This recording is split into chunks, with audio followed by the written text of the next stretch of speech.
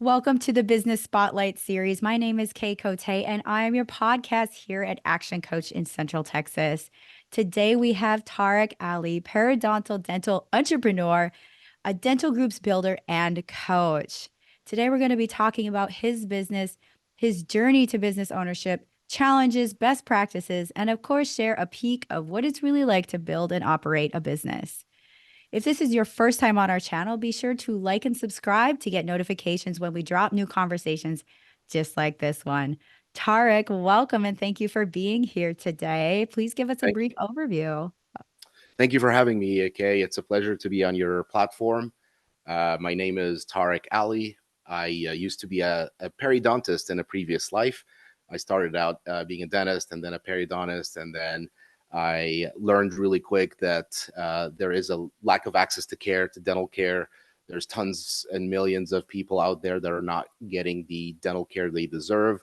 So I made it my life mission is to spread awareness of the dental care, but also help dentists improve on their quality of work and provide better service and also make money along the way so that they can grow and expand.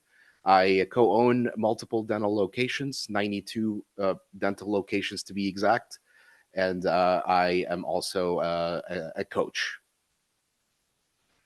That is incredible. And as we talked before the interview and kind of touched base, I was like, I appreciate so much dental care and the work that you're doing. I've had much dental care on my own as well. And so it's very appreciated. So I'd love to dive in, kind of to set the stage for our listeners today. Generally speaking, what does your current ownership structure look like? Are you like the sole founder or are there outside investors, anything like that?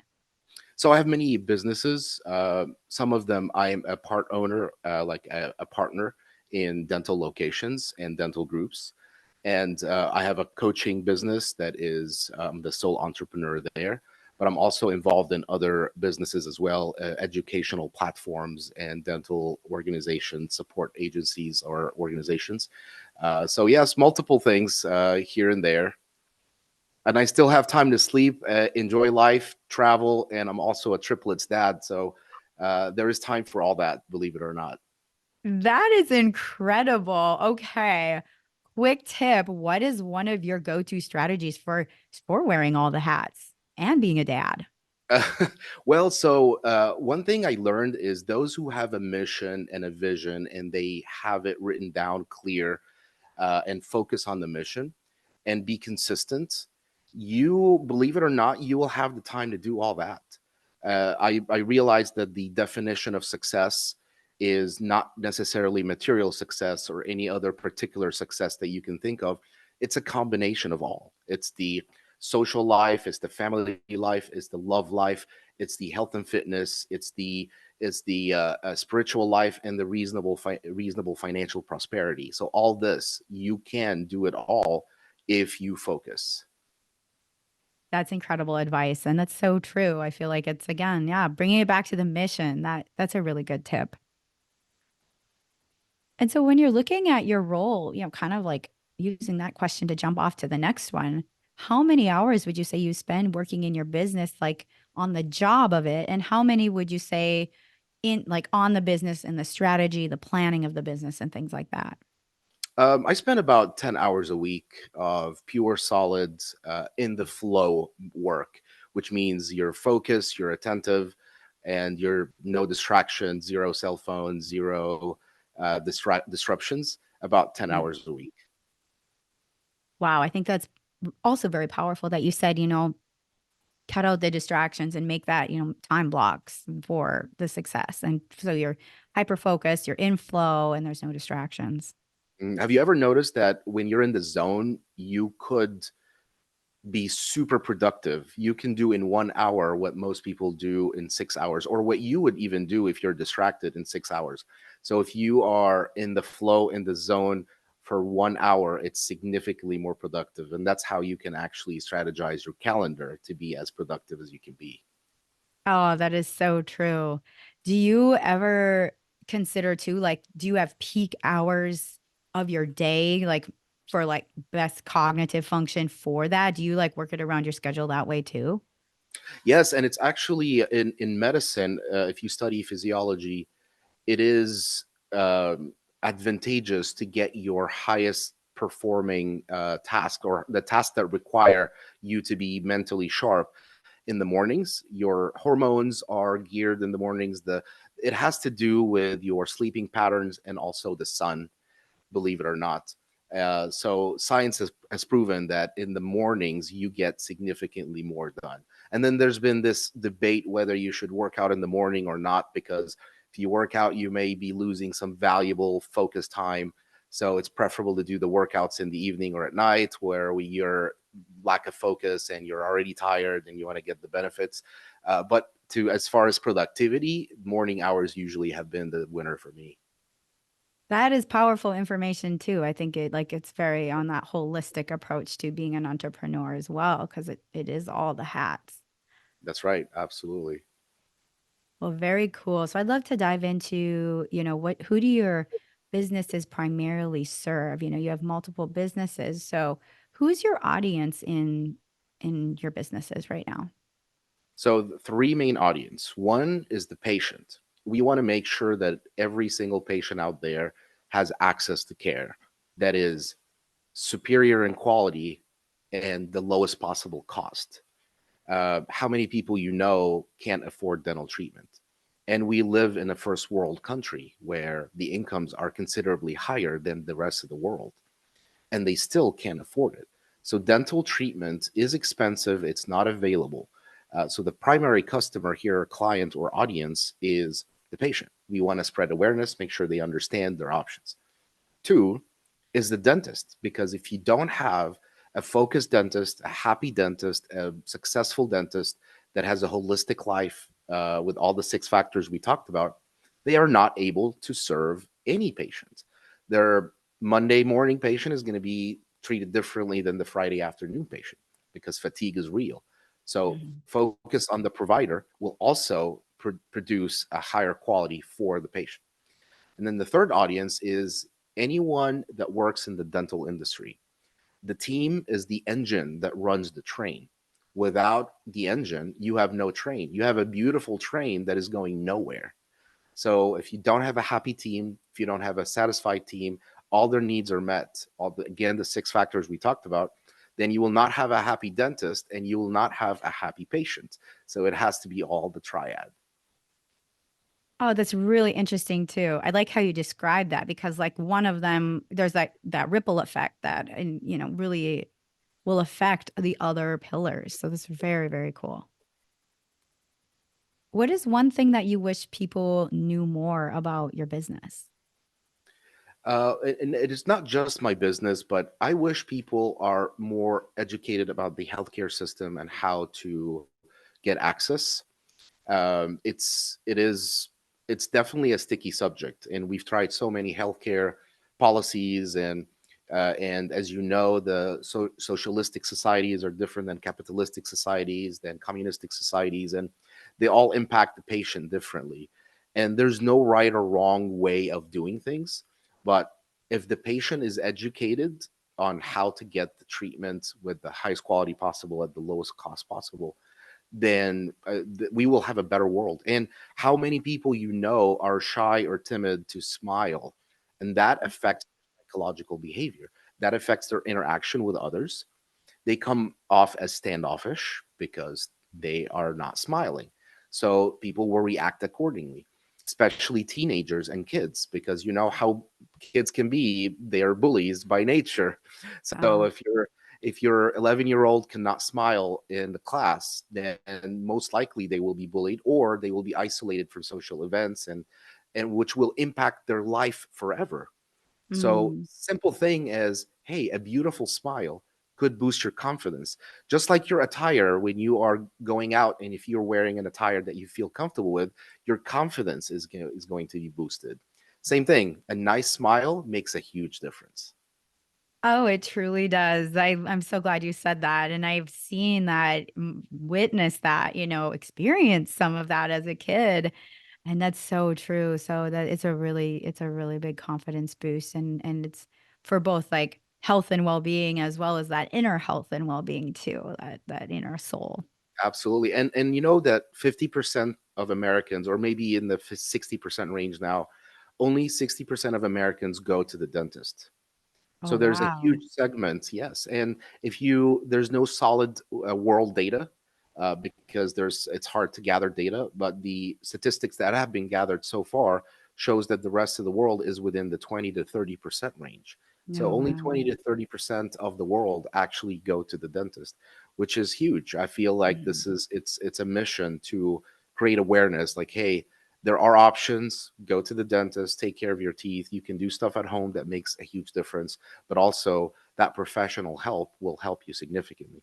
And all the dentists out there, the knowing the tools to deliver the highest quality of care at the lowest possible cost, and the tools to grow your business, because at the end of the day it is a business, even though you are serving the communities. But if you don't make money, you're not hiring the best team members, you're not Mhm. expanding the quality of care you have, you're not going to have a second location and a third location, and you're not going to do the free work that you want to do to the patients that can't afford it, and the charity stuff that you can do, you won't if you are not successful. Mm, that's so powerful. And that really leads perfectly into my next topic, which is all about the marketing and, creating that awareness and getting things out there. So we know it's so vital for every business to do good marketing. So I'm always curious about what successful businesses are doing. So what percentage like of your monthly budget or monthly sales typically goes and is invested back into your marketing budget, would you say?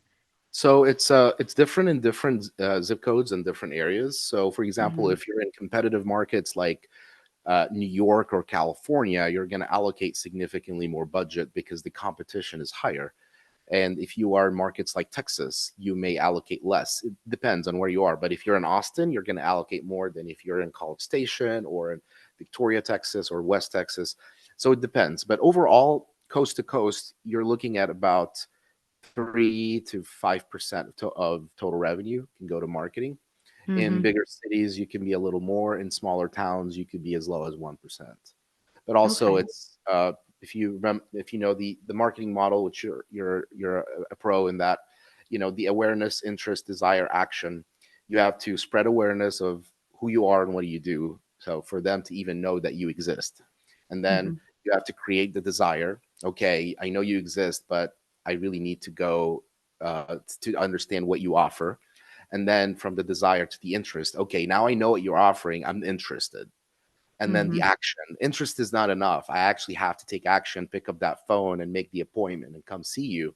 So the what we call the AIDA model, AIDA. So if you're in the awareness phase, your budget could be different than if you're in the converting patients or converting dentists to the desire phase of like, okay, I need to take action now. Hmm. That's it powerful. I love a good acronym. Yes. What's life but a bunch of acronyms, Kate? Oh, it's so true. It's the only way we can remember things these days. Oh, so what would you say is like the number one marketing strategy that has brought you the most business? So it's really not just one, because every market is different, and again, also every stage of that is different. If you're starting a new practice and you're doing the awareness campaign, you need some sort of mass marketing. You Hmm. need to spread the word as far as you can reach. But then in a different stage, you need to create you need to create the interest. So you're going to focus on one thing, like, hey, we are the best in town for this, or we accept all insurances. So you are focusing your focusing on a specific target after you spread the awareness. So there wasn't just one tool that was the golden ticket. I wish there was. Life would be easier, right? That would be like, oh yeah, just throw in 10 more thousand in that tool and we're great. But it depends on your stage, it depends on the audience, it depends on the a few things. So to answer your question, generally speaking, we do anywhere from mailers to billboards to sometimes in smaller markets we do TV ads, we do radio ads. We target different communities like Hispanic communities, so we go with Spanish speaking ads. Um, Pay per clicks and SEM, social, and SEO as well, Hmm. search engine optimization and search engine marketing. So a few things, but also the most effective usually has been if you are truly genuine about the message and if you truly deliver what you say you do. Everyone can say I'm the best, like, oh, I'm the best at this, like, yes, so as everyone else what they say, but do you deliver what you promise? Does the message truly speak to your core value, and do you stick to it, and do you follow through to make sure that all of your team members understand and deliver that message? Oh, that is so powerful. I think that is such a wisdom nugget right there, just for any entrepreneurs listening to this and anybody, honestly. It's like kind of put your money where your mouth is and Yeah. kind of like, I always go back to that myself. Oh, so that's really powerful. Thank you for sharing that. Yes. We've spent some great time on the marketing. I would love to dive in and take a step back and talk about your journey a bit more. Why did you choose to go into the business of dentistry for yourself and as opposed for working for someone else? What was that transition like for you? So it started off going to dentistry to begin with in the dental school. It started off with my parents. If and I grew up in Egypt, and if you know anything about Egyptian parents, you don't negotiate with them, right? They say you're going to be a doctor, you got to be a doctor. There's no negotiations. So I really didn't want to be a doctor to begin with. I wanted to go in business or be a pilot or something, but they pushed it. So I'm like, okay, fine. I'm gonna pick the shortest way to be a doctor. And going down the list, okay, pharmacy, no, not really. And then dentistry, okay, yeah, that's the shortest way. But then in school, when in the beginning the dryness of the theory part wasn't very fun, but the minute you start working on patients and making a difference in someone's life through the smile, that was an aha moment for me. That was the paradigm shift of like, hey, that's not just a career. You are making a difference in someone's life. And not Mm, just that, in dental school, they train you how to be an amazing dentist, but they have zero training on how to run a business. You have mm-hmm, no idea how to read a P&L.